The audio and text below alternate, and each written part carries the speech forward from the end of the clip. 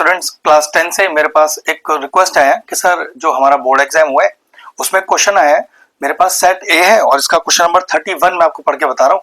पहले तो ये बताइए कौन से चैप्टर का है और सॉल्व कैसे करेंगे। चलो क्वेश्चन कह रहा है the dimensions of the window are 156 centimetre by 216 centimetre. मतलब तो डायमेंशंस के हिसाब से भाई एक रेक्टेंगुलर विंडो है जिसमें लेंथ छोटी है, ब्रेड्थ बड़ी है। कितनी लेंथ है इसकी 156 सेंटीमीटर और ब्रेड्थ है बेटा इसकी 216 centimetre.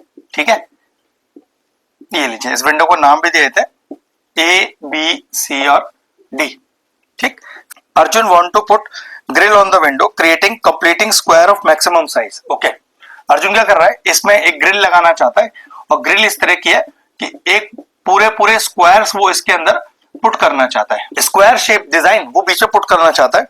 Determine the length of the square, एक तो जो वो स्क्वायर लगा रहा है उसकी टोटल लेंथ कितनी है और वो कितने सारे स्क्वायर लगा पाएगा।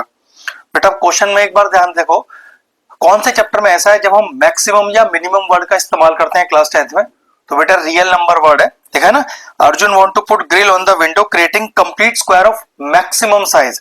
मैक्सिमम हो या मिनिमम हो, ये क्वेश्चन रियल नंबर चैप्टर का है और क्योंकि मैक्सिमम मांगा है तो गारंटी है कि इसमें एचसीएफ ही आपको फाइंड करना होगा। हमारे पास जितने भी स्क्वायर है पहले इनका साइड निकालना है और टोटल कितने स्क्वायर है वो बताना है।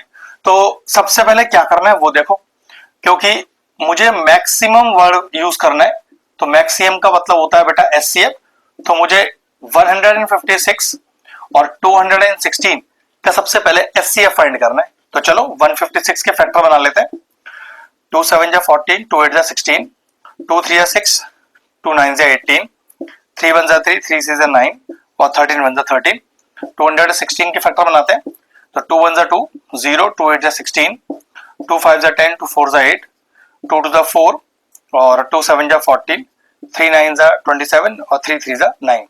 अगर हम एचसीएफ की बात करें तो एचसीएफ क्या होगा, हमारे पास जो भी नंबर कॉमन है बस वही हमारा एचसीएफ होगा। तो 2 एक इंटू और 2 हो गया बेटा और एक 3 हो गया। ठीक है, और तो कुछ कॉमन आ नहीं रहा, तो 2 टू द 4, 4 3 जा 12, 12 तो हो गया इसका एचसीएफ। अब क्वेश्चन कह रहा था कि कंप्लीट स्क्वायर निकालना है आपको मैक्सिमम साइज वाले। बेटा मैक्सिमम साइज की वजह से मैंने एचसीएफ निकाला था तो पता चला, तो हमारे पास जो स्क्वायर का लेंथ आया वो क्या आया, 12 आ गया।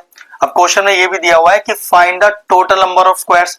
तो चेक करो, रोज में कितने स्क्वायर लगे हैं वो निकालो, कॉलम में कितने स्क्वायर्स लगे हैं वो निकालो और आपस में मल्टीप्लाई कर दो। तो मैंने देखो इस तरह से एज्यूम कर लिया कि भाई ये स्क्वायर ऐसे बने हुए हैं, ऐसे लेंथ वाइज बने हुए हैं और ऐसे ब्रेड्थ वाइज, मतलब ऐसे ही रोज वाइज बने हुए हैं और ऐसे ही कॉलम वाइज। तो रोज में कितने स्क्वायर्स हैं तो भाई चेक कर लो, तो नंबर ऑफ स्क्वायर्स इन रोज बेटा कितना है, ये 156 डिवाइडेड बाय 12, तो ये कितना आ जाएगा, 12 1 12, 12 3 36। तो पता चला कि रोज में टोटल 13 स्क्वायर रखे हुए हैं। इसी तरह से कॉलम वाइज कितने स्क्वायर रखे हुए हैं, तो number of squares in column, तो बेटा 216 को डिवाइड कर दो फिर से अपने एचसीएफ से 12 से, तो हो गया 12 1 12 और 12 8 96। तो कुल मिला के रोज में 13 स्क्वायर और कॉलम में 18 स्क्वायर और टोटल नंबर ऑफ स्क्वायर निकालना है। तो बेटा जितने रोज में रखे हैं और जितने कॉलम में रखे हैं उसे आपस में मल्टीप्लाई कर दो, तो नंबर ऑफ स्क्वायर्स आ जाएंगे, नंबर ऑफ टोटल स्क्वायर्स। वो क्या करूं मैं, 13 को 18 से मल्टीप्लाई कर देता हूं, जो बैठेगा 234 स्क्वायर्स। ये लीजिए आंसर आ गया। ध्यान रखना क्वेश्चन तो बेटा ये भी बहुत ट्रिकी आया है। क्वेश्चन में मैक्सिमम साइज निकालना है तो उससे एक आइडिया हुआ कि मैक्सिमम वर्ड तो हम एचसीएफ के लिए यूज करते हैं। फिर नंबर ऑफ स्क्वायर्स भी निकालना है, नंबर ऑफ रोज में कितने स्क्वायर्स है वो निकाला, नंबर ऑफ कॉलम में कितने स्क्वायर्स है वो निकाला, और क्योंकि टोटल नंबर निकालना है तो बेटा रोज इनटू कॉलम होता है आंसर, रोज इनटू कॉलम कर दिया, आंसर आ गया, क्वेश्चन फिनिश हो गया।